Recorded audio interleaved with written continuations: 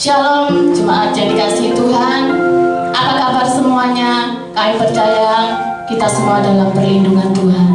Mari kita bersama-sama bersatu hati kita beribadah bersama-sama pada saat pagi hari ini. Kami satukan hati kami Tuhan, kami berdoa. Kami percaya, kami bersyukur bahwa penyertaan-Mu selalu nyata di dalam kehidupan kami.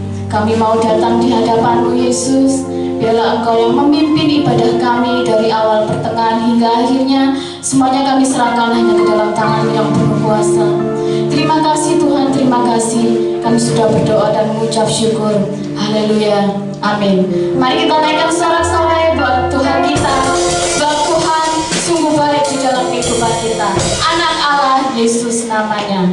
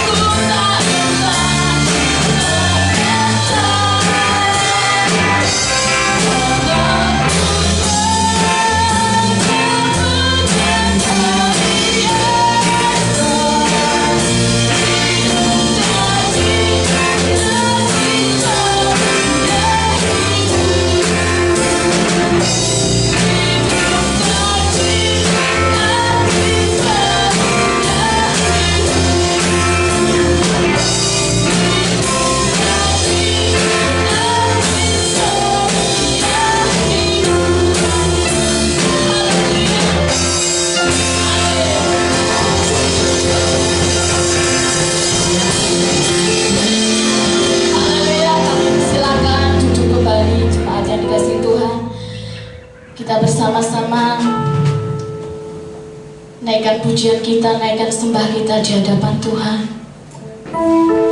Karena di dalam pujian dan penyembahan kita terletaklah kekuatan di dalam hidup kita. Kami membawa segenap hati kami Tuhan. Kami membawa segenap kerinduan kami. Kami datang di hadapan-Mu Yesus. Haleluya.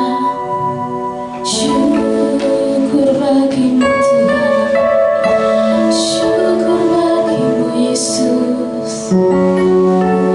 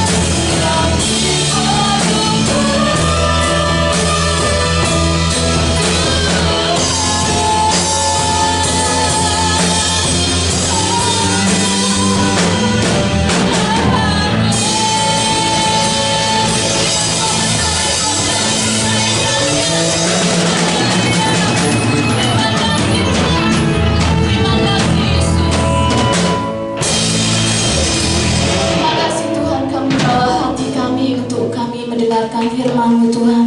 Kami siapkan hati kami untuk Kau berbicara kepada setiap kami, karena kami percaya Tuhan, di dalam firman-Mu kami menemukan kekuatan di dalam hidup kami. Apapun yang menjadi pergumulan hidup kami percaya Tuhan Kau akan berikan jalan keluar bagi setiap kami. Hanya di dalam nama Tuhan Yesus Kristus Kau mengurapi hamba-Mu yang akan menyampaikan firman-Mu.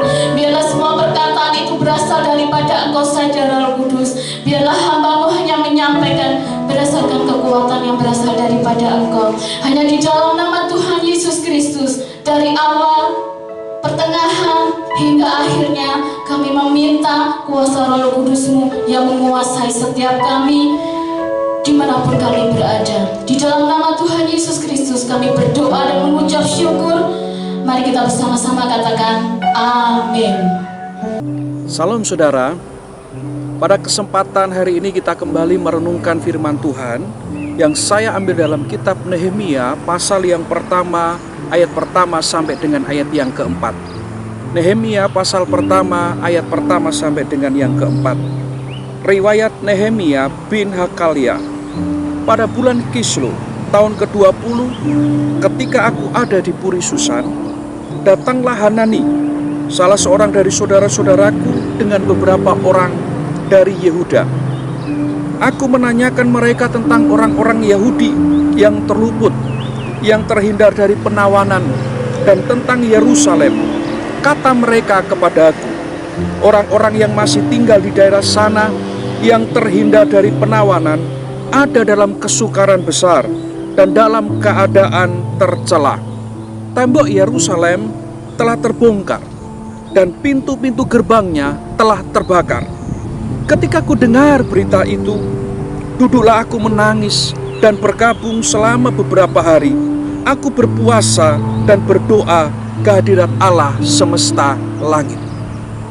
Ketika saya mengamati kehidupan orang yang ada di bumi ini, saya memperhatikan ada orang-orang yang secara taraf ekonominya, sosialnya itu tinggi, tetapi dia tidak bisa menikmati kehidupannya itu dengan benar. Dia tidak bisa bersuka cita dengan apa yang dia miliki.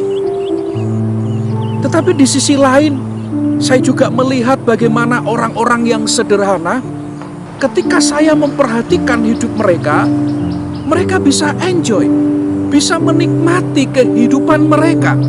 Sekalipun kalau mereka untuk hidup saja, mereka harus bersusah payah bekerja, tetapi mereka bisa menikmati itu dengan enjoy, dengan sukacita. Kenapa hal itu bisa terjadi, saudara?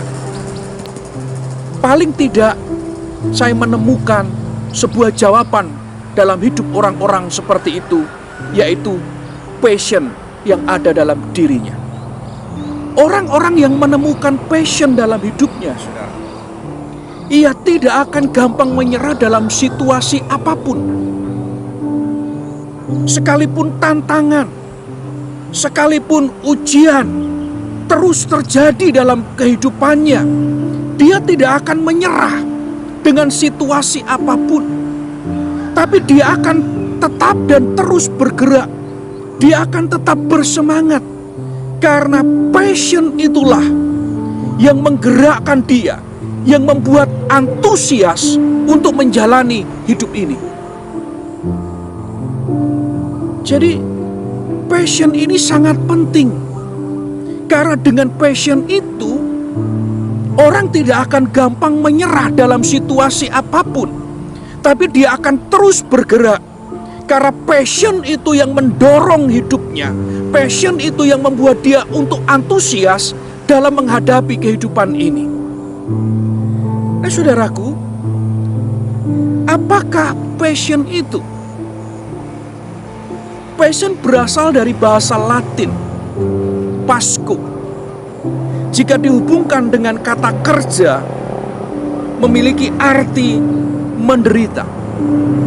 Nah, menderita di sini menunjuk pada penderitaan yang dialami oleh anak domba Allah, yaitu Tuhan Yesus Kristus. Bagaimana Tuhan Yesus Kristus merelakan dirinya, merelakan hidupnya untuk menderita dia dikorbankan supaya manusia mendapatkan anugerah keselamatan itu. Passion itu adalah sesuatu yang Tuhan taruh dalam hidup seseorang, yang padanya kita berkomitmen yang sangat kuat dan kita bersedia untuk mati ataupun berkorban. Jadi ketika saudara menemukan orang-orang yang punya passion dalam hidupnya, maka kerelaan untuk berkorban dan bahkan mati pun dia akan bisa nikmati itu. Itu yang dibuktikan oleh Tuhan Yesus Kristus. Itu juga yang dibuktikan oleh para murid-murid ketika mereka menemukan passion hidupnya. Menurut The Oxford Paperback Dictionary edisi 1994, passion itu strong emotion, especially anger or love. Perasaan yang sangat kuat, khususnya untuk amarah dan cinta. Passion juga great enthusiasm for something, the object of this. Antusiasme yang sangat kuat, antusiasme yang sangat besar untuk sesuatu yang menjadi objek perasaan tersebut. Para ahli menjabarkannya seperti ini. Passion adalah sebuah emosi atau perasaan terhadap sesuatu yang membuat seseorang sangat berantusias dalam melakukannya. Jadi ketika kita diperhadapkan pada plan A, plan B, pekerjaan A, pekerjaan B, kemudian di situ kita menemukan passion kita, maka itu yang akan membuat kita menjadi antusias untuk mengerjakan pekerjaan tersebut. Kemudian para ahli juga menjabarkan passion adalah sebuah gairah yang sangat memotivasi seseorang untuk melakukan sesuatu dan tidak akan pernah bosan untuk selalu melakukannya. Jadi dengan passion itu orang didorong, orang dimotivasi untuk melakukan suatu tindakan yang pernah dilakukan, tapi dia tidak akan pernah bosan dengan tindakan itu dan dia akan terus kerjakan berulang-ulang. Dia akan lakukan berulang-ulang. Tentunya tindakan yang dimaksud ini, saudara, bukan tindakan dosa, tetapi tindakan yang Tuhan taruh dalam hati manusia, yang mendorong orang itu untuk terus bergerak, untuk terus moving, dan melakukan tindakan-tindakan lainnya sekalipun tindakan itu dilakukan berulang-ulang, tapi dia tidak bosan. Dia akan terus melakukannya. Ada sebuah semangat, ada sebuah emosi, ada sebuah energi, ada sebuah antusiasme dalam melakukan semuanya itu. Dan para ahli juga menjabarkan passion adalah jiwa dan roh yang senantiasa melingkupi seseorang dalam melakukan segala sesuatu dengan ikhlas dan sukarela. Sekalipun apa yang dikerjakannya ini dipandang orang tidak menghasilkan, sekalipun apa yang dikerjakannya itu dipandang orang tidak menguntungkan, tapi karena passion yang ada dalam hidupnya, dia akan lakukan itu dengan sukarela. Dia akan lakukan itu dengan tulus ikhlas. Dan dia tidak memandang apa yang dikerjakannya itu menguntungkan untuk dirinya sendiri, tapi kalau bisa memberkati orang lain, itu yang dikerjakannya. Karena passion itu sudah ada dalam jiwa dan rohnya. Kita harus memahami bahwa hobi itu bukan passion. Hobi itu hanya sebuah kesenangan, tapi passion itu lebih dari itu. Dia enjoy, dia senang dengan apa yang dikerjakannya, tetapi kesenangan itu juga bisa memberkati orang lain. Dan yang paling penting adalah kesenangan itu dipersembahkan untuk kemuliaan Tuhan. Pertanyaannya adalah, apa bedanya vision, mission, dan passion? Visi adalah sesuatu yang sangat penting untuk keberlangsungan hidup. Visi lahir dari adanya iman, ditopang oleh pengharapan, dipercerah oleh imajinasi, dan diperkuat oleh semangat. Visi lebih besar daripada penglihatan mata jasmania, lebih dalam dari impian, lebih besar dari sebuah gagasan. Visi mencakup pemandangan yang luas, yang berada di luar batas-batas perkiraan, kepastian, dan sangkaan. Itulah visi menurut Charles Swindoll. Nah, Alkitab mencatat dalam kitab Amsal 29 ayat 18 dikatakan, bila tidak ada wahyu, menjadi liara rakyat. Bila tidak ada visi, menjadi liara rakyat. Kenapa rakyat menjadi liar? Karena orang-orang yang tidak punya visi, dia tidak akan menemukan tujuan hidupnya dengan jelas. Sehingga ketika orang mengajak dia untuk pergi A, dia akan ikut ke A. Ketika seseorang mengajak dia untuk berjalan ke B, dia akan mengikuti ke B. Sehingga dia tidak akan menemukan tujuan hidupnya yang sesungguhnya. Dan dia akan terombang-ambing dengan ajaran-ajaran dunia. Tapi orang yang punya visi, itu akan menjamin keberlangsungan hidupnya. Karena orang yang punya visi, dia akan membuat skala prioritas dalam hidupnya. Dan dia akan berjalan dalam visi yang sudah Tuhan taruh dalam hidupnya. Ingat, visi itu tidak berasal dari keinginan kita, impian kita, perasaan kita. Tapi visi itu datangnya dari Tuhan yang menginspirasi kita, sehingga kita bisa melihat jauh ke depan akan apa maksud Tuhan. Itu yang dimiliki oleh Abraham. Tuhan taruh visi kepadanya. Pergilah ke suatu tempat yang akan kutunjukkan kepadamu. Abraham belum mengerti, tapi dia bisa melihat tempat itu jauh dalam pandangannya ke depan, karena ada iman di sana. Nah, sedangkan misi itu apa? Mission adalah perutusan dengan pesan untuk disampaikan atau tugas khusus untuk dilaksanakan. Saya mau perjelas dengan sebuah ilustrasi seperti ini. Ada seseorang, misalnya kita, dapat visi untuk menjadi atlet profesional. Saudara, saya sekarang ini ada di lapangan sepak bola, dan di belakang saya ini ada gawang sepak bola. Nah, ketika orang mendapatkan visi untuk menjadi atlet profesional, maka dia tidak akan berhenti hanya pada sampai tahap seperti itu. Maka harus ada misi sebagai tindak langsung daripada visi itu. Sehingga dia akan membuat langkah-langkah bagaimana menjalankan visi itu. Dia harus menyusun strategi supaya visi itu bisa terlaksana dan menjadi sebuah kenyataan dalam hidupnya, yaitu sebagai atlet profesional. Passion adalah semangat untuk menjalankan misi tersebut, karena itu yang sudah Tuhan taruh sebagai gairah dalam roh dan jiwa kita. Sehingga saudara, kalau mau menjadi atlet profesional, maka dia akan merelakan hidupnya, dia akan berlatih, menguras keringat berjam-jam, panas kepanasan, hujan kehujanan. Itu akan dia kerjakan dengan semangat, itu akan dia kerjakan dengan sukacita, itu akan mereka kerjakan dengan rela, dengan tulus ikhlas, karena ada passion di situ.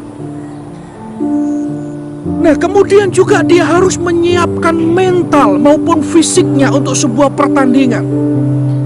Mereka harus menyusun strategi bagaimana memenangkan pertandingan. Mereka harus mengolah kemampuan dan juga mewaspadai kemampuan lawan, supaya dalam pertandingan kita akan mendapatkan sebuah kemenangan. Dan kita juga akan berkomunikasi, bersharing dengan orang-orang yang lainnya untuk mendapatkan masukan, untuk mendapatkan pelatihan, untuk mendapatkan pengajaran. Dan intinya, hidup itu dikerjakan untuk itu semuanya. Supaya apa? visi menjadi atlet profesional itu bisa terwujud. Saudaraku yang dikasihi oleh Tuhan, Anda tahu J.K. Rowling? Dia menikah dengan seorang wartawan, tetapi pernikahannya tidak bisa berjalan terus. Mereka harus mengakhiri pernikahan itu. Dan J.K. Rowling ini punya seorang anak perempuan. Akhirnya dia bersama anak perempuannya pindah ke Edinburgh. Nah, di sana mereka mengalami masa-masa kesulitan yang luar biasa. J.K. Rowling seorang single parents harus menghidupi keluarga ini. Dan dia mengalami masa kemiskinan yang luar biasa. Untuk hidup, dia hanya menggantungkan diri dari tunjangan pemerintah. Betapa sukarnya kehidupan yang dialami oleh J.K. Rowling bersama dengan putrinya. Dia mengalami kemiskinan yang luar biasa. Tapi ada satu yang tidak pernah miskin dalam hidupnya, yaitu passion yang ada dalam dirinya. Sekalipun dia mengalami kemiskinan yang luar biasa, sekalipun dia mengalami masa-masa sulit dan kehilangan banyak hal, tapi satu yang tidak pernah hilang dalam hidupnya, yaitu passionnya. Apa passion J.K. Rowling? Menulis, saudara. Ia menikmati tulisannya. Nah, di tengah situasi terburuk itu, dia tetap memiliki passion dan dia terus menulis. Dan bahkan untuk menulis itu, dia harus tulis ulang kembali. Ketika penerbit tidak menerimanya, dia bawa tulisannya, karyanya itu kepada penerbit A. Penerbit A tidak menerimanya, kemudian dia harus tulis lagi karyanya itu karena dia tidak punya uang untuk membayar fotokopi. Sehingga dia harus tulis karyanya itu. Tapi dia happy, tapi dia menikmati, tapi dia bersemangat. Dia terus membawa karya tulisnya itu ke percetakan besar, ke penerbit besar, tidak diterima. Ke penerbit kecil pun tidak diterima. Berkali-kali dia tolak, tapi passion untuk menulis dia tidak pernah hilang. Suatu kali, saudara, ada kesempatan seorang penerbit kecil menerimanya dia, yaitu Bloomsbury. Penerbit ini memberikan kesempatan untuk menerbitkan buku hasil karyanya. Dan di luar dugaan, buku ini menjadi bestseller.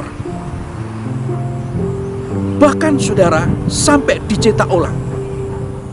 Buku dirilis 30 Juni 1997, sampai tahun 2013 sudah terjual 450 juta kopi di seluruh dunia. Bukan hanya itu, tapi buku ini juga diterjemahkan ke dalam 73 bahasa. Tahun 2017, penulis wanita ini, J.K. Rowling, memiliki kekayaan 650 juta US dollar atau sekitar 9,7 triliun. Dari mana itu? Dari passion yang dia miliki. Sekalipun kehidupannya penuh tantangan dan bahkan dia miskin, tapi passion untuk menulis itu tidak pernah hilang dalam dirinya. Dia tulis itu sekalipun penerbit A menolak, penerbit B menolak, penerbit C menolak, tapi dia tidak patah hati. Dia terus menulis sampai suatu kesempatan Tuhan buka waktunya. Dia diterima karya tulisnya, diterbitkan dan menjadi bestseller sampai 450 juta dan terus berkembang sampai dia mendapatkan kekayaan sebesar 9,7 triliun 20 tahun kemudian. Kalau kita membaca kitab Nehemia tadi, kita akan melihat, saudara, bahwa rekan-rekan Nehemia yang datang dari Yerusalem Yehuda menyampaikan pesan kepada Nehemia bahwa saudara-saudara yang tidak ikut dibuang mengalami masa kesesakan yang luar biasa. Bukan hanya itu, tembok Yerusalem hancur, pintu-pintu gerbangnya telah terbakar. Nah, ketika Nehemia mendengarkan itu, dia menangis, dia bersedih, dia berkabung, dia berdoa, dia berpuasa beberapa hari. Karena apa? Karena Tuhan taruh passion dalam hidupnya. Kenapa Nehemia menangis? Kenapa Nehemia bersedih?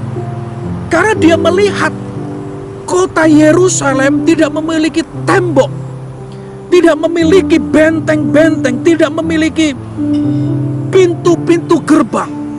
Sehingga itu mudah bagi musuh untuk menghancurkan kota itu. Padahal di situ ada tempat penyembahan, yaitu bait Allah. Nah, saudara, Tuhan taruh passion itu. Ketika Nehemia mendengar kabar itu, passion itu ada dalam dirinya. Sehingga itulah yang membuat Nehemia tidak mau untuk tidak bergerak.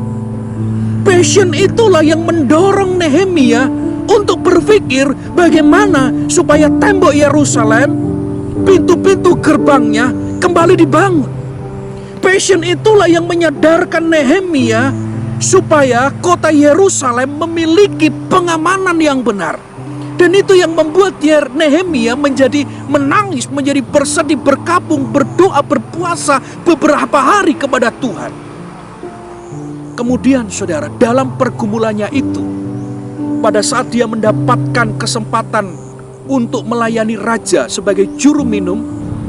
Juru minum itu adalah pelayanan yang sangat penting karena bersangkutan dengan raja.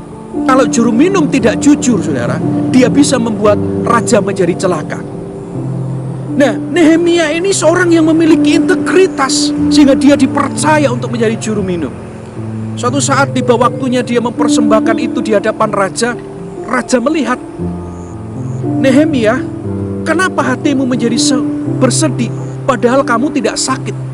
Ketika raja bertanya kepada Nehemia, Nehemia akhirnya menjawab dan menceritakan itu. Sekalipun ada resiko besar ketika dia menceritakan hal ini kepada Raja Artasasta, tapi karena passion yang ada di dalamnya, dia terus menggerakkan itu. Dia terus berani menghadapi tantangan itu. Dan akhirnya apa? Tuhan buka jalan. Raja Artasasta memberikan kesempatan Nehemia untuk kembali ke Yerusalem dan membangun tembok-tembok Yerusalem dan pintu-pintu gerbang yang sudah roboh. Nah, ketika dia kembali lagi untuk membangun pintu gerbang Yerusalem dan tembok-tembok Yerusalem yang sudah roboh, tidak gampang. Dia diperhadapkan pada dua pihak. Musuh dari dalam, yaitu orang-orang Yehuda sendiri, orang-orang Yerusalem sendiri yang tidak suka dengan dia, yang kontra dengan dia, dan juga musuh-musuh dari luar yang tidak kepingin benteng Yerusalem ini dibangun, pintu-pintu gerbangnya ini dibangun kembali. Tantangan itu dihadapi oleh Nehemia. Itu tidak membuat Nehemia menjadi undur, tapi dia hadapi tantangan itu, dia hadapi musuh-musuh itu, dan Alkitab mencatat sampai tembok Yerusalem dibangun kembali, berdiri kembali, dan pintu-pintu gerbangnya pun juga demikian. Dengan passion itu, Nehemia terus berkarya. Dan akhirnya saudara, Nehemia dipercayakan untuk menjadi gubernur dalam pemerintahan itu. Sesuatu hal yang sangat luar biasa. Karena itu, saya mendorong supaya kita menemukan passion dalam hidup kita. Dengan passion itu kita akan bergerak dengan antusias. Dan kita tidak akan gampang menyerah, gampang kalah dengan situasi apapun, karena passion yang Tuhan taruh dalam roh dan jiwa kita itu yang membuat kita untuk berantusias. Dan saya percaya saudara, kalau kita bergerak moving with passion, bergerak dengan passion, maka kita akan bisa melihat perkara-perkara ajaib yang Tuhan kerjakan dalam hidup kita. Mari kita berdoa. Tuhan, kami berterima kasih atas firman yang kami dengar. Kiranya firman ini terus berkarya dalam hati kami, dalam pemikiran kami, supaya kami menemukan passion dalam hidup kami. Karena dengan itu kami akan bergerak tanpa batas. Tuhan, tolong kami. Allah Roh Kudus, mampukan kami. Di tengah-tengah situasi yang sulit hari ini, kami percaya Engkau tidak pernah meninggalkan kami, tapi Engkau terus bersama-sama dengan kami. Berkatilah umat-umat-Mu dengan sukacita. Berkatilah umat-Mu dengan damai sejahtera. Engkau memberkati kehidupan keluarga mereka, anak-anak mereka, usaha pekerjaan mereka. Sekalipun di tengah-tengah masa sulit, tapi ada jalan keluar, ada pemeliharaan, ada pertolongan Tuhan.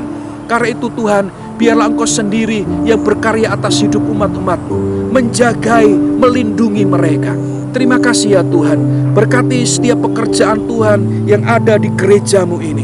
Biarlah setiap kami boleh bersama-sama untuk mengerjakan tugas yang Tuhan percayakan kepada kami dan passion yang sudah Tuhan taruh dalam hidup kami. Terima kasih Tuhan. Terima kasih Engkau Allah yang sempurna, yang akan melakukan pekerjaan-Mu yang sempurna dalam hidup kami. Saudara, mari kita mengangkat tangan kita untuk menerima berkat dari Tuhan.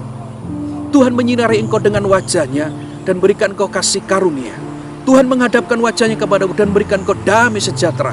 Sekarang terimalah berkat dari Allah Bapa, cinta kasih Tuhan Yesus Kristus, serta persekutuan Allah Roh Kudus menyertai kita hari ini sampai selama-lamanya, sampai Maranatha Tuhan Yesus datang kali kedua. Mari setiap kita yang sudah diberkati Tuhan bersama-sama dengan saya kita berkata, amin.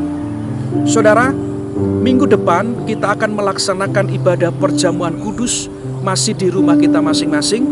Saudara bisa persiapkan anggur dan roti di rumah kita masing-masing.